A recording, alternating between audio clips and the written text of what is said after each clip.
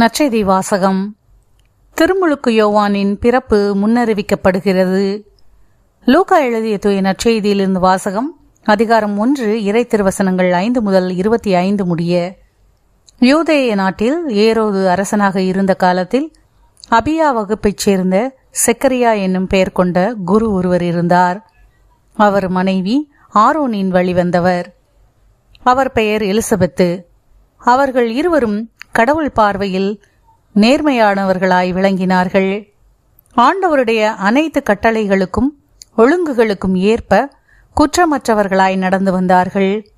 அவர்களுக்கு பிள்ளை இல்லை, ஏனெனில் எலிசபெத்து கருவுற இயலாதவராய் இருந்தார். மேலும் அவர்கள் வயது முதிர்ந்தவர்களாயும் இருந்தார்கள். தம்முடைய பிரிவினை முறை வந்தபோது செக்கரியா கடவுளின் திருமுன் குருத்துவ பணி ஆற்றி வந்தார். குருத்துவ பணி மரபுக்கு ஏற்ப ஆண்டவரின் திருக்கோவிலுக்குள் சென்று தூபம் காட்டுவது யாரென்று அறிய சீட்டுக்குலுக்கி போட்டபோது அது செக்கரியா பெயருக்கு விழுந்தது. அவர் தூபம் காட்டுகிற வேளையில் மக்கள் கூட்டத்தினர் அனைவரும் வெளியே இறைவனிடம் வேண்டிக் கொண்டிருந்தனர்.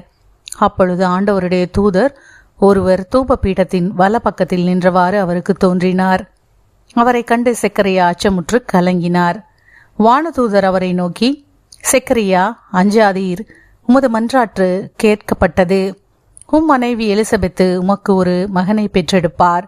அவருக்கு யோவான் என பெயரிடுவீர். நீர் மகிழ்ந்து பேருவகை கொள்வீர். அவரது பிறப்பால் பலரும் மகிழ்ச்சியடைவர். அவர் ஆண்டவர் பார்வையில் பெரியவராயிருப்பார். திராட்சை மதுவோ வேறு எந்த மதுவோ அருந்த மாட்டார். தாய் வயிற்றில் இருக்கும் போதே தூய ஆவியால் முற்றிலும் ஆட்கொள்ளப்படுவார். அவர் இஸ்ரேல் மக்களுள் பலரை தம் கடவுளாகிய ஆண்டவரிடம் திரும்பி வரச் செய்வார். எலியாவின் உளப்பாங்கையும் வல்லமையையும் உடையவராய் அவருக்கு முன் செல்வார். தந்தையரும் மக்களும் உளமொத்து போகச் செய்வார். நேர்மையாளர்களின் மனநிலையை கீழ்ப்படியாதவர்கள் பெறச் செய்வார். இவ்வாறு ஆண்டவருக்குடைய ஏற்புடைய ஒரு மக்களினத்தை ஆயத்தம் செய்வார் என்றார். செக்கரியா வானதூதரிடம், இது நடைபெறும் என எனக்கு எப்படி தெரியும்? நான் வயதானவன், அதுபோல் என் மனைவியும் வயது முதிர்ந்தவராயிற்றே என்றார். அதற்கு வானதூதர் அவரிடம், நான் கபிரியேல், கடவுளின் திருமுன் நிற்பவன். உம்மோடு பேசவும் இந்த நற்செய்தியை உமக்கு அறிவிக்கவும் அனுப்பப்பட்டேன். இதோ பாரும், உரிய காலத்தில் நிறைவேற இருக்கும் என்னுடைய வார்த்தைகளை நீர் நம்பவில்லை.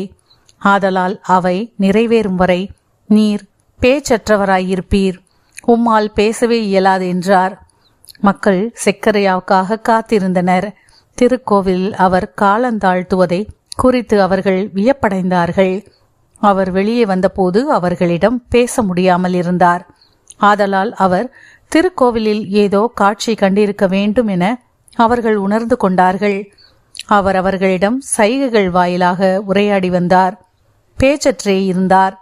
அவருடைய திருப்பணி காலம் முடிந்ததும் அவர் வீடு திரும்பினார். அதற்கு பின்பு அவர் மனைவி எலிசபெத்து கருவுற்று 5 மாதமளவும் பிறர் கண்ணில் படாதிருந்தார். மக்களுள் எனக்கிருந்த இகழ்ச்சியை நீக்க ஆண்டவர் என் மீது அருள் கூர்ந்து இந்நாளில் இவ்வாறு செய்தருளினார் என்று தமக்குள் சொல்லிக் கொண்டார். ஆண்டவரின் அருள்வாக்கு. கிறிஸ்துவே உமக்கு புகழ்.